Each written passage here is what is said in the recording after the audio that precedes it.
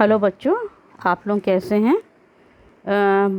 पिछली कक्षा में बच्चों हमने आपको नया टॉपिक शुरू कराया था हिंदी वन में, वर्ण विचार। उसका स्वर का भाग हम आपको करवा चुके थे, जिसमें हमने ह्रस्व, दीर्घ, प्लुत करवाया था। आज हम आगे पढ़ाएंगे बच्चों। आज हम व्यंजन सीखेंगे। जिन वर्णों का उच्चारण स्वरों की सहायता के बिना नहीं किया जा सकता। पिछली बार हमने बताया था आपको स्वर जो है उसको किसी की सहायता, अनुस्वर की सहायता नहीं चाहिए होती। यहाँ पर हमने बता रहे कि वे वर्ण जिनको स्वरों की सहायता के बिना नहीं किया जा सकता, उच्चारण नहीं किया जाता जिनका, उन्हें व्यंजन कहते हैं। स्वर रहित व्यंजन को दर्शाने के लिए उनके नीचे तिरछी रेखा यानी कि हलंत लगाया जाता है।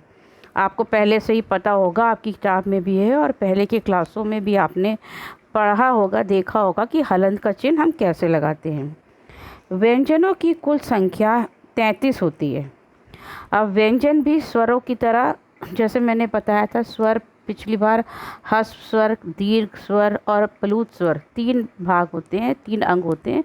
उसी तरह व्यंजन भी 3 भेद होते हैं व्यंजन के: स्वर, अंतस्थ और ऊष्म व्यंजन। पहला हम लेंगे स्वर व्यंजन। इन व्यंजनों का उच्चारण करते समय मुख के जिस भाग में जिह्वा स्पर्श करती है, यानी कि जब इन व्यंजन को जब हम बोलते हैं तो हमारी जीभ आप में आपके जिस भाग में जिह्वा, जिस भाग को, मुंह के अंदर के जिस भाग को आपकी जीभ टच करती है, वही उसे व्यंजन का उच्चारण स्थल माना जाता है। मान लो आपका बोलते समय, कोई व्यंजन बोलते समय आपकी जीभ आपके मुंह के अंदर के जिस भाग को छूती है, वो उसका उच्चारण स्थल माना जाता है। और स्पर्श व्यंजन जो हैं वो 25 होते हैं। अब आपकी बुक में देखा होगा क वर्ग, च वर्ग, इस तरह के वर्ण दिए गए हैं। तो कहाँ से इनके स्वर का उच्चारण स्थान है, ये आपको उच्चारण करने के बाद पता चल जाएगा। दूसरा है अंतस्थ व्यंजन। इन व्यंजनों का उच्चारण करते समय जिह्वा मुंह के किसी भी भाग को पूरी तरह स्पर्श नहीं करती है।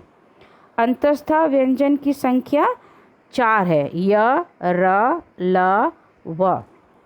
तो ये जो है मुंह के अंदर की जिह्वा किसी भी चीज़ को, भाग को स्पर्श नहीं करती है। आखिरी है ऊष्म व्यंजन। बच्चों, ऊष्म से आप समझ सकते हैं गर्म, गरम, ऊष्म माने गर्म। तो इन व्यंजनों का उच्चारण करते समय बच्चों, ऊष्म व्यंजन के विषय में हम बात कर रहे हैं। इनका उच्चारण करते समय वायु तेज गति से मुंह से रगड़ खाती है तथा ऊष्म यानी कि गर्मी पैदा करती है, इसलिए इसे ऊष्म व्यंजन कहा जाता है। और ये कौन कौन से हैं? श, स, सा, हा। तो यहाँ पर आपको 4 हमने ऊष्म व्यंजन बता दिए। इसके बाद है संयुक्त व्यंजन। हिंदी वर्णमाला में 4 संयुक्त व्यंजन है: श, त्र, ज्ञ और श्र। ये जो हैं 2 व्यंजनों के मेल से बनते हैं, इसीलिए इसे संयुक्त व्यंजन कहते हैं, क्योंकि ये 2 वर्णों के संयोग से बने हुए होते हैं। जैसे छ ले लेते हैं, क और श, कक्षा। त्र हम 2 वर्णों से बनाते हैं, त और र, इनको मेल करके त्र बनता है, जैसे कि त्रिशूल। उसके बाद ज्ञा जो है, ज्ञा जो है वो ज और इयों से मिलता है, जैसे ज्ञान। उसके बाद श्र, श्र जो है, जैसे आवाज़ सुन के ही आपको पता चल जाएगा, पहले श की आवाज़ आती है फिर र की, तो श्र जो है वो श्रमिक, इसका उदाहरण है। तो ये 4 आपके संयुक्त व्यंजन हैं। इसके बाद द्रवित व्यंजन आता है बच्चों। आप अपनी बुक में भी चाहे तो एक बार देख सकते हैं। जब 2 समान व्यंजनों का एक साथ प्रयोग होता है, एक ही तरह के व्यंजन, जैसे हमने पहले आपको बताया क से व्यंजन आपके शुरू होते हैं। आपकी पिछले क्लास में हमने आपको पढ़ाया था कि व्यंजन जो है क से लेकर स तक व्यंजन होते हैं। तो ये व्यंजन जब एक ही समान के एक साथ प्रयोग होते हैं, जब एक ही व्यंजन 2 बार प्रयोग होते हैं, उसे द्रवित व्यंजन करते हैं। जैसे अम्मा, सच्चा, इसमें देखिए माँ का 2 बार प्रयोग हुआ आगे पीछे, सच्चा में च का प्रयोग हुआ आगे पीछे। आपकी पुस्तक में ऐसे कई उदाहरण दिए गए हैं बच्चों, उनको आप एक बार देख लीजिएगा। अब इसके बाद आता है र का प्रयोग। आप देखिए बच्चों, व्यंजन जो र है उसको हम मात्रा के रूप में भी प्रयोग करते हैं। आप देखिए कभी र आपके वर्ण के उपशब्द में ऊपर की तरफ लगा होता है, कभी र नीचे की तरफ लगा होता है, तो ये सब का प्रयोग अलग अलग होता है। जैसे र के प्रयोग के कई नियम हैं।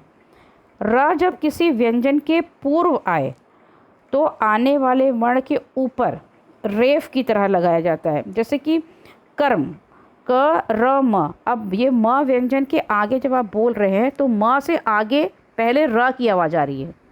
कर्म, क र म, तो ये र जो है हम म के ऊपर लगाएंगे, ये रेफ होता है।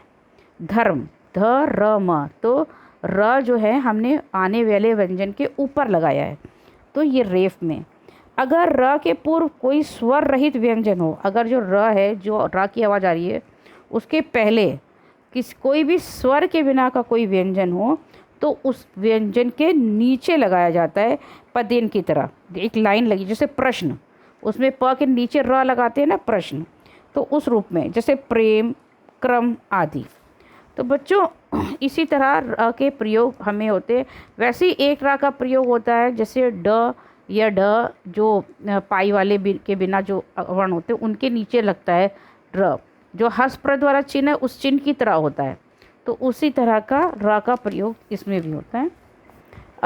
इसके अंत में आपके चैप्टर में वर्ण विच्छेद है बच्चों। वर्ण विच्छेद में वर्ण को उनके मूल रूप में लिखने, आक रहित लिखना होता है। अब आपका वर्ण विच्छेद में आपको बहुत से शब्द आते हैं बच्चों। आपने पहले की क्लासों में भी वर्ण विच्छेद किया, आपने छोटे क्लासों से ही वर्ण विच्छेद किया है। आशा है आपको वर्ण विच्छेद करना आता होगा। इसमें बहुत से उदाहरण आपकी पुस्तक में भी दिए गए हैं, जिन्हें आप पढ़ के देख लीजिएगा।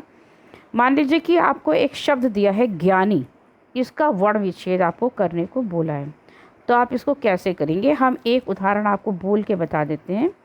अब सबसे पहले ज्ञानी में ज्ञा आता है। ज्ञा आपको बताया, अभी थोड़ी देर पहले हमने बताया था कि ये एक संयुक्त व्यंजन है। तो पहले हम इसके भाग कर लेंगे, वर्णों को तोड़ लेंगे। अब ज्ञा को जब हम तोड़ेंगे तो ज्ञा जो होता है वो ज और इया से बनता है, ठीक है। तो अब आप ज्ञा को तोड़ के सबसे पहले लिखेंगे ज प्लस इया, तो ये हो गया, और प्लस यहाँ पे आ लिखा है तो बड़े आ जाएगा। उसके बाद न और बड़ी ई, ये क्या हो गया आपका ज्ञानी। तो इस तरह आपको वर्ण विच्छेद करना है बच्चों। यहाँ पर आपका बच्चों चैप्टर वैसे पूरा हो गया है। आशा है आपको ये चैप्टर समझ में भी आ गया होगा। एक बार चैप्टर को पूरा पढ़ लीजिएगा और साथ में जो उदाहरण आपको दिए गए हैं उनको भी एक बार अच्छे से पढ़ लीजिएगा। आपको चैप्टर के पीछे जो अभ्यास हैं, जो प्रश्न उत्तर हैं, उनको तो आप कॉपी में करेंगे, बाकी रिक्त स्थान की पूर्ति आप कॉपी में करेंगे। बाकी अन्य जो भी आपके एक्सरसाइज या अभ्यास दिए गए हैं उनको बच्चों आप अपनी पुस्तक में ही करिएगा। दूसरा क्लास जो हम आपको ट्यूसडे लेंगे, कल लेंगे, उसमें हम शब्द विचार वाला पार्ट आपको कराएंगे।